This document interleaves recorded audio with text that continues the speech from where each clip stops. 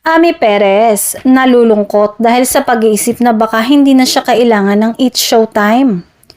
Ibinahagi ni Ami Perez o mas kilala bilang Tiang Ami ang kanyang saloobin tungkol sa pagtanda at sa takot na baka hindi na siya gaanong kailangan sa noontime show na It's Showtime.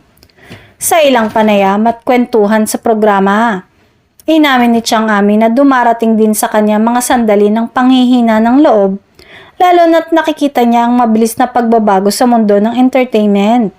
Siyempre, may edad na rin ako.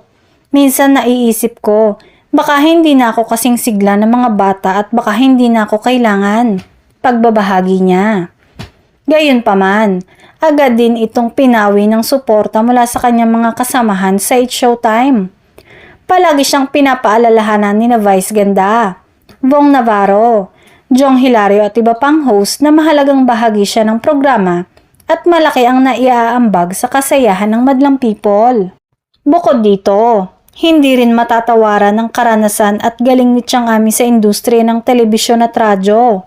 Dahilan kung bakit nananatili siyang isa sa mga haligi ng showbiz. Para sa marami, si Ami Perez ay hindi lamang isang host, kundi isang ate at nanay-nanayan na nagbibigay ng saya, payo at kakulitan na sadyang tatak showtime.